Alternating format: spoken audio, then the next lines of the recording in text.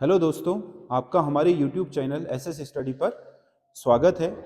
आज मैं उत्तराखंड में जो आगे इस साल विभिन्न परीक्षाएं होने जा रही हैं उसके संबंध में कुछ छोटी छोटी बातें करने जा रहा हूं जो आपके लिए काफ़ी महत्वपूर्ण हो सकती हैं, क्योंकि इस साल के लिए कहा जा रहा है कि इस साल अंत तक आपके बहुत सारी पोस्टें आएंगी। तो उसमें पटवारी री एग्ज़ाम यानी कि जो संयुक्त स्नातक स्तरीय परीक्षा है वो तो पेंडिंग है ही, वो तो होनी है।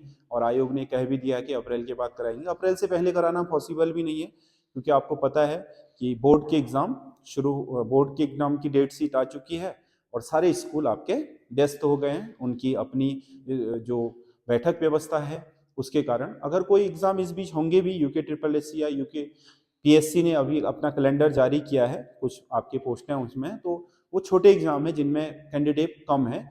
और जो बड़े एग्जाम है जिनमें ज़्यादा आपके कैंडिडेट होंगे, जिनमें ज़्यादा आपकी बैठक व्यवस्था चाहिए, तो वो एग्ज़ाम अब बोर्ड एग्ज़ाम के बीच में होने पॉसिबल नहीं हो पाएंगे। और दूसरी चीज़ आपको पता है कि अब ये भी निश्चित कर दिया है कि जो प्राइवेट इंस्टीट्यूशंस हैं उनमें आपके सेंटर नहीं बनाए जाएंगे एग्ज़ाम के, जो भी आपकी प्रतियोगी परीक्षाएं हो रही हैं।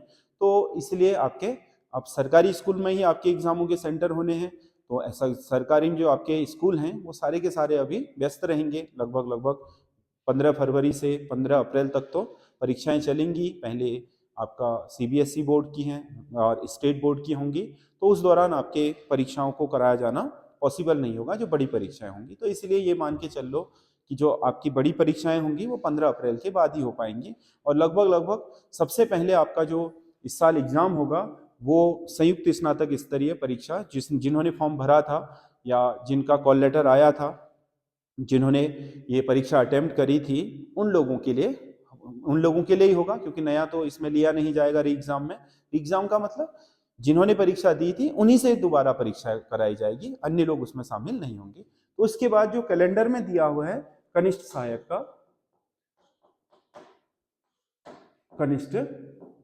का ये एक बहुत महत्वपूर्ण पेपर होगा, क्योंकि ये वैसे भी महत्वपूर्ण पेपर होता है, क्योंकि यही एक मात्र ऐसा पेपर है जिसमें आपके 12वीं पास से जो अधिक योग्यता रखते हैं, शैक्षिक योग्यता रखते हैं, उन लोगों के लिए और उन सभी लोगों के लिए, क्योंकि इसमें आयु सीमा सबसे ज्यादा होती है। आयु सीमा आपके 18 से शुरू हो जाती है और ये आयु सीमा 42 तक है, 18 से 42 तक। तो इसमें आप देख लो कि टोटल जो समय मिल रहा है वो 24 साल का समय मिल रहा है। तो 24 साल में आदमी 36 साल वाला भी दे रहा होगा, इस बीच में 39 साल वाला भी दे रहा होगा, 35 साल वाला भी दे रहा होगा, 22 साल वाला भी दे रहा होगा। तो सभी के लिए खुला है ये सबसे मतलब जितने भी आपके ओपन भर्तियां होती हैं उन भर्तियों में सबसे बड़ी ओपन भर्ती यही मानी जाती है जो कनिष्ठ सहायक है, क्योंकि इसमें आपका आयु सीमा का खेल है। अब जैसे आपने वर्दीधारी में देखा कि सब में आयु सीमा 25 साल कर दी है, तो सीधी सी बात है जो 27 तक भी होती थी, जैसे पुलिस की 22 थी और आपके फॉरेस्ट गार्ड की, बंदी रक्षक की 27 थी, तो 27 वाले भी 25 में आ गए, कम हो गई 2 साल। जो पुलिस की 22 थी वो 3 साल बढ़ करके 25 हो गई, तो सभी की एक समान हो गई। तो इसीलिए वहां तो आयु सीमा लग जाएगी कि 18 से 25 बस, तो 7 ही साल के समय मिलेगा। इसमें तो 24 साल का समय है भाई, कि जो भी आपके अधिकतर लोग पढ़ाई लिखाई कर रहे हैं, तैयारी कर रहे हैं, वो सभी इसमें बैठते हैं। तो सीधी सी बात होती है कि ये सबसे आपका एक तरीके से सबसे ज्यादा आकर्षक एग्जाम माना जाता है हर एक स्टूडेंट के लिए। तो ये जो कनिष्ठ सहायक की परीक्षा है ये इस साल 2026 में होने वाली सबसे बड़ी परीक्षा होगी। और इसकी वजह यह है कि इसमें जो नंबर ऑफ कैंडिडेट्स होंगे सबसे ज्यादा होंगे, क्योंकि अधिकतर लोग फॉर्म भरने के लिए एलिजिबल होंगे इसमें। तो जो कैंडिडेट होंगे सबसे ज्यादा होंगे, तो कंपटीशन भी इसमें ठीक ठाक होता है और पेपर का लेवल भी अच्छा होता है। पिछली बार भी बहुत अच्छा लेवल बनाया था, इस बार भी यूके ट्रिपल एस आपको पता ही है जो कांस्टेबल का लेवल भी है। कांस्टेबल का जो आपका एग्जाम हो रहा है वो पीसीएस प्री से ज्यादा हार्ड बना रहा है। अगर आप देखोगे तो पीसीएस प्री एग्जाम को देखिएगा जो जीएस का पेपर है, और कांस्टेबल का जो पुलिस कांस्टेबल का यूके ट्रिपल एस का जीएस का पेपर है उसको देखिएगा, तो आपको प्रथम दृष्टिया यही नजर आएगा कि ये बहुत हार्ड है जो पुलिस का पेपर है ना। तो इसलिए अगर आप देखोगे तो कनिष्ठ सहायक का पेपर का लेवल अच्छा ही बनना है। तो मैं आप लोगों से ये कहूंगा कि अगर ये जो मई का महीने में इन्होंने डेट दे रखी है, मई, वैसे जो पिछला कैलेंडर था उसमें मई माह में इसका निर्धारित था, लेकिन अब ये समय से होगा कि नहीं, है ना, इसको लेकर के काफी आपके मन में जो कैंडिडेट्स हैं, जो अभ्यर्थी हैं, उनके मन में काफी आपके आशंकाएं बनी हैं कि ये समय से हो पाएगा कि नहीं हो पाएगा।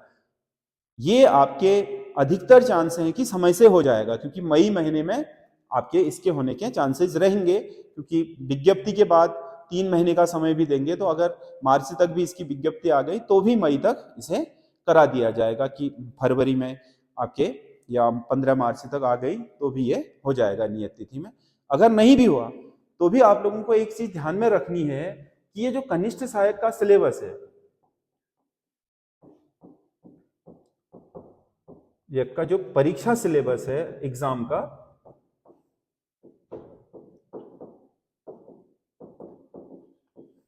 यही उत्तराखंड की परीक्षाओं का कोर सिलेबस है।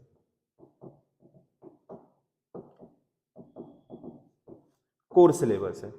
इसीलिए अगर आप कनिष्ठ सहायक की तैयारी कर रहे हो तो कनिष्ठ सहायक की तैयारी से आप कांस्टेबल का पेपर भी निकाल सकते हो, और कनिष्ठ सहायक की तैयारी से आप समीक्षा अधिकारी और आपका लोअर पीसीएस और पीसीएस के लिए भी कॉमन तैयारी यही होगी। तो इसका मतलब ये है कि इस तैयारी को आप डेट मतलब समय सीमा के हिसाब से मत पढ़िए, इस तैयारी को आप कॉमन तैयारी के रूप में करिए कनिष्ठ सहायक की। अगर आपके सामने समीक्षा अधिकारी आ जाएगा तो भी आप पूरे कंप्लीट तैयार होंगे, क्योंकि समीक्षा अधिकारी में जितना भी आपके प्री में पहले पेपर में जो भी पूछा जाना है वो सब कनिष्ठ सहायक का ही सिलेबस है, उसमें कोई भी चीज अदर नहीं है, उसमें सारा का सारा जीएस और उत्तराखंड यहीं का है, और रीजनिंग वगैरह जो भी पूछी जाएगी। वैसा ही आपका जो नायब तहसीलदार या पीसीएस सबऑर्डिनेट है वही, पीसीएस प्री का भी वही है पूरा, पीसीएस मेंस में भी आपके जो उत्तराखंड आपने ये पढ़ रखा है वही है, लिखित है बस, हो गया, बाकी ज्यादा अंतर नहीं है। बस उसको लिखने की शैली आपको आनी चाहिए कि जो आंसर पूछे जा रहे हैं उनका सही आपके वे में उत्तर देना, बाकी मैटर तो वही रहेगा। आप क्या करोगे बोलो तो, उत्तराखंड जो पीसीएस की तैयारी कर रहा है वो उत्तराखंड का जो जीएस पढ़ रहा है उसी परीक्षा वाणी से पढ़ रहा है जिससे आप पढ़ रहे हो, उसी बीएस नेगी से पढ़ रहा है, उसी अजय रावत से पढ़ रहा है जिससे आप पढ़ रहे हो। तो कुल मिलाकर के सारा सिलेबस एक है।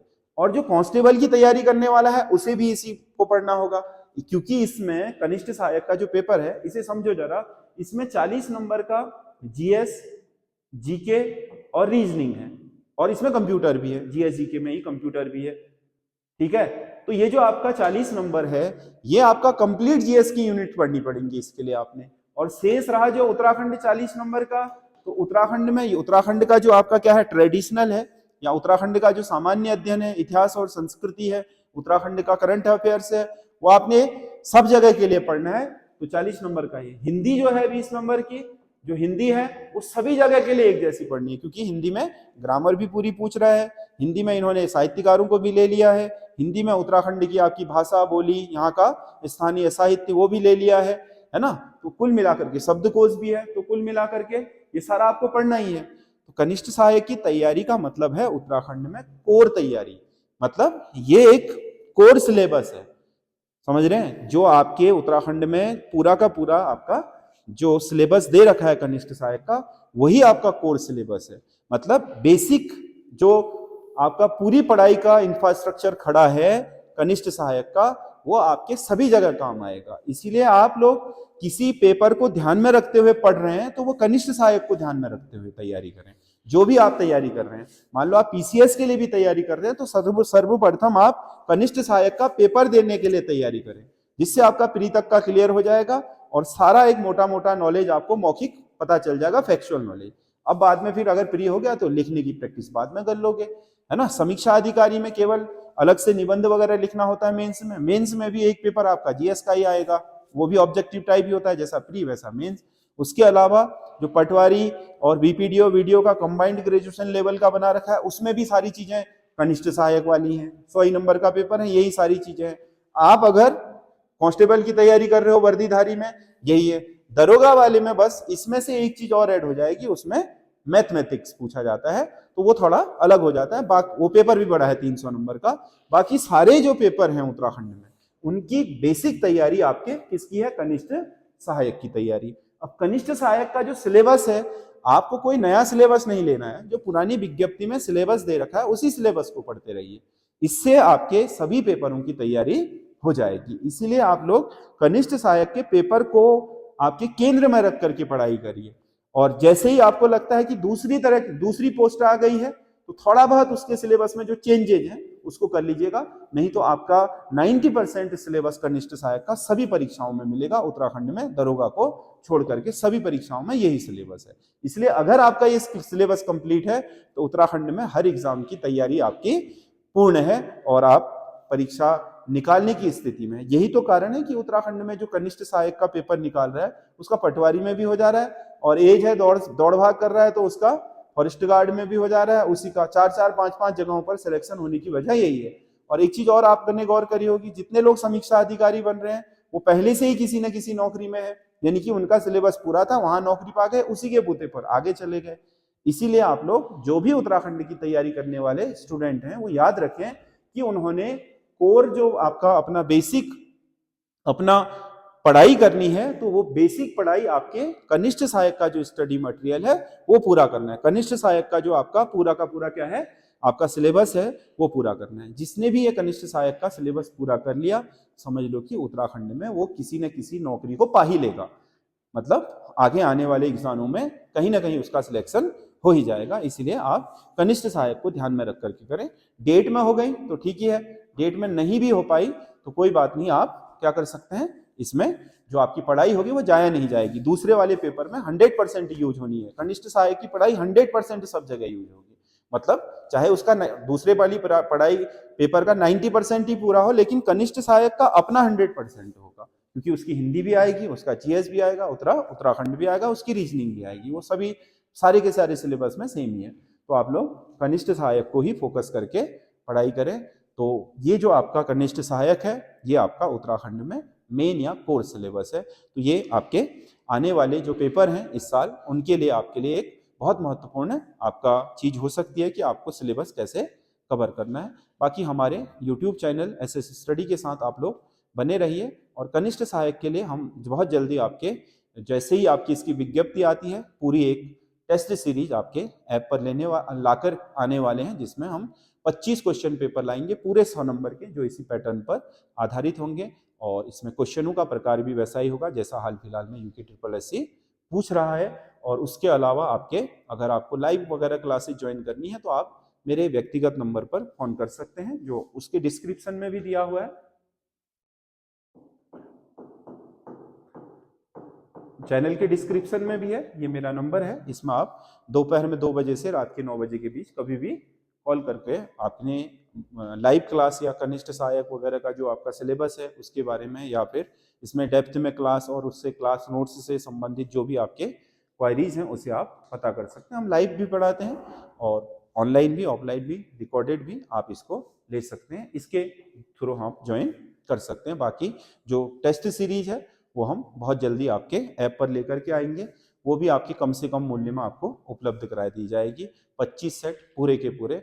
और उसके अलावा जो हमारा YouTube चैनल है उसमें भी हम 100 नंबर का आपका सीरीज कराने जा रहे हैं। जैसे ही आपका किसी परीक्षा की तिथि आ जाती है तो उसके बाद आपको प्रैक्टिस के रूप में हम 100 नंबर के 10 क्वेश्चन पेपर पूरे के पूरे एक सीरीज के रूप में आपको कराएंगे, जिससे आपको अपनी पढ़ाई का आकलन हो जाएगा, एक मोटा मोटा आइडिया भी आ जाएगा। बाकी आप लोगों को ये वीडियो कैसा लगा आप हमें कमेंट जरूर कर लीजिएगा। बाकी हमारे साथ जुड़े रहने के लिए हमारे चैनल को सब्सक्राइब कर लीजिएगा। धन्यवाद।